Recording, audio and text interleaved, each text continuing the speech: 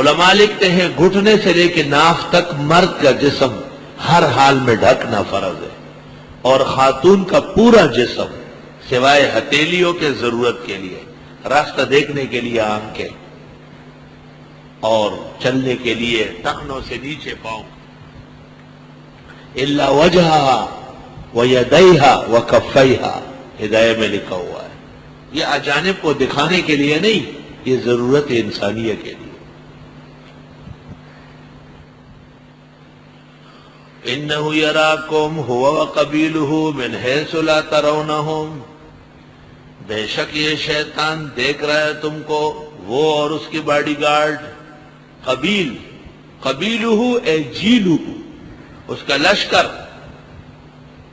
ایسا کہ تم نہیں دیکھ سکتے انہیں، ہمیں تو وہ نظر نہیں آتے، وہ اجسام لطیفہ ہے۔ انا جعلنا الشیاطین اولیاء للذین لا یؤمنون، بے شک ہم نے بنایا شیطانوں کو دوست ان لوگوں کے جو ایمان نہیں لاتے۔ آیت میں مسئلہ ہے کہ شیطان کا دخل زیادہ ان لوگوں کے ساتھ ہے جو ایمان سے محروم ہے۔ عوام میں مشہور ہے کہ کافر کا شیطان نہیں ہے، یہ جھوٹی بات، یا تو لا یؤمنون کے ساتھ شیطان لگے۔ وَإِذَا فَعَلُوا فَاحِشَةً، اور جب یہ کر لیتے ہیں بے حیائی کا کام، قالوا وجدنا علیہا آباءنا، کہتے ہم نے پایا اس پر اپنے بڑے، واللہ امرنا بہا، اور اللہ نے ہمیں کہا ہے اس کا۔ قل ان اللہ لا یامر بالفحشاء، آپ فرمائیے بے شک اللہ حکم نہیں دیتا بے حیائی کے کاموں کا۔ اتقولون علی اللہ ما لا تعلمون، کیا تم بولتے ہو اللہ پر وہ جو جانتے نہیں۔ قل امر ربی بالقسط، آپ فرمائیے حکم دیا میرے رب نے انصاف سے رہنے کا، قسط بالتوحید، قسط بالحیا، بالستر۔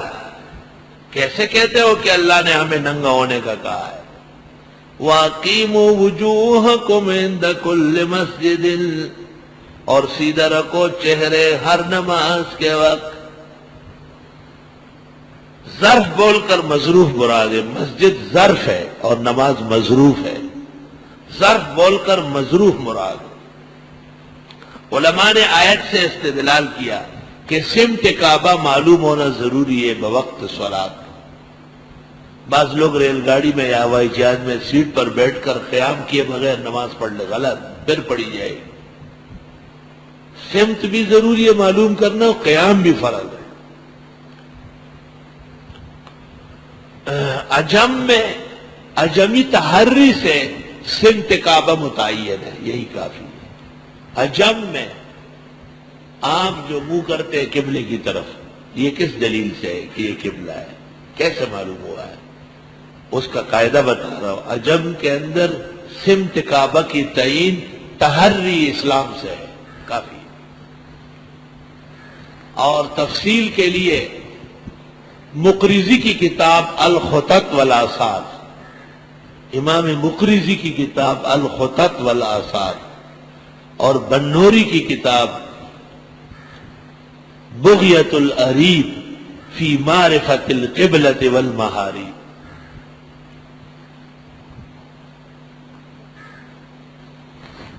ونبذۃ منہا فی شرح الترمذی لاستاذنا و مولانا البنوری۔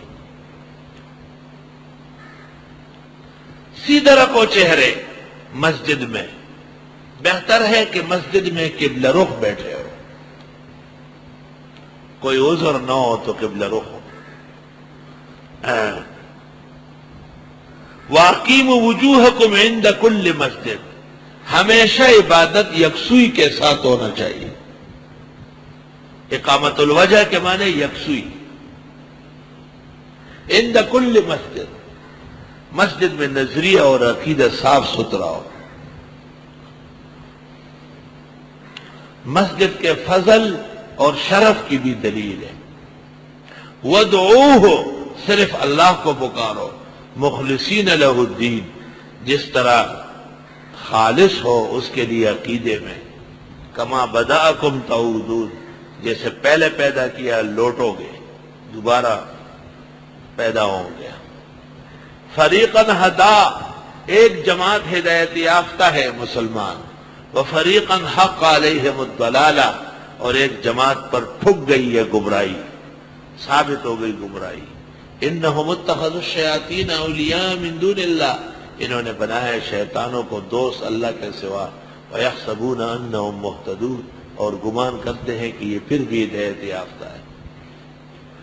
کار شیطان می کنی نامت ولی، گر ولی ای ہست لعنت برولی۔ لے، شیطان کو دوست بنایا، شیطان کا پوجا کر رہے، شیطان کے رسم اور بدعات میں لگے، اپنا نام رکھا ہے محبان، عاشقان، بزرگان دین کے ماننے والے۔ وَيَحْسَبُونَ أَنَّهُمْ مُهْتَدُونَ۔ یا بنی آدم، اے آدمیوں، اے آدم کے پترو، خُذُوا زِینَتَکُم عِنْدَ کُلِّ مسجد، اختیار کر لو، بناؤ سنگار ہر نماز کے لیے۔ مسجد جاتے ہوئے صاف کپڑے پہنو، وضو کیا ہوا ہو، مسواک کر چکے ہو، کوئی خوشبو بھی لگا چکے ہو۔ خُذُوا زِینَتَکُم عِنْدَ کُلِّ مسجد، صاف ستھرا رہنا، خوشبو مہکانا، اس کو پہلے ذکر کیا، لیکن لوگوں کے لیے نہیں، حسن و سجاوٹ کے لیے نہیں، بلکہ عبادت کے لیے۔ عند کل مسجد، علماء لکھتے ہر نعمت کا حساب ہوگا، لیکن جو عبادت کے لیے ہو اس خوشی کا حساب نہیں ہوگا۔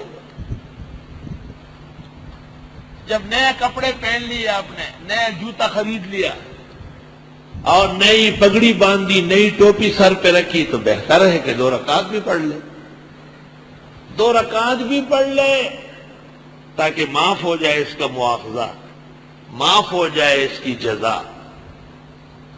اور پیغمبر کی سنت تھی کہ کسی کے گھر میں دعوت کے لیے بھی جاتے تو آپ ان سے پوچھتے اور 2 رکعت پڑھ لیتے تاکہ گھر خیر و برکت سے بھر جائے۔ اے آدم کے بیٹو، اختیار کر لو، بناؤ سنگار ہر نماز کے لیے۔ صرف بول کر مظروف مراد۔ وَكُلُوا وَاشْرَبُوا، کھاؤ اور پیو، وَلَا تُسْرِفُوا، اور اسراف مت کرو۔ کھایا کھایا کھایا، اب جو بچ گیا اس کو پھینکنے لگے۔ آئے ہائے، گاجر کسی نے دیے تھے بہت زیادہ، کھایا طالب نے، جو بچ گئے اس کو پیشاب کر کے پھینک دیا۔